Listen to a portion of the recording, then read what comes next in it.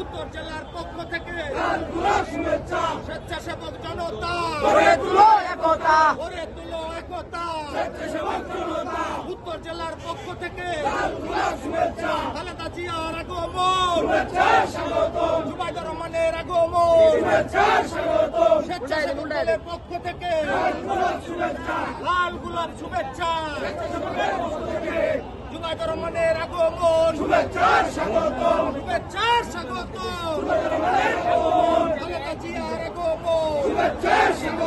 উত্তর জেলার পক্ষ থেকে স্বেচ্ছাসেবক দলের পক্ষ থেকে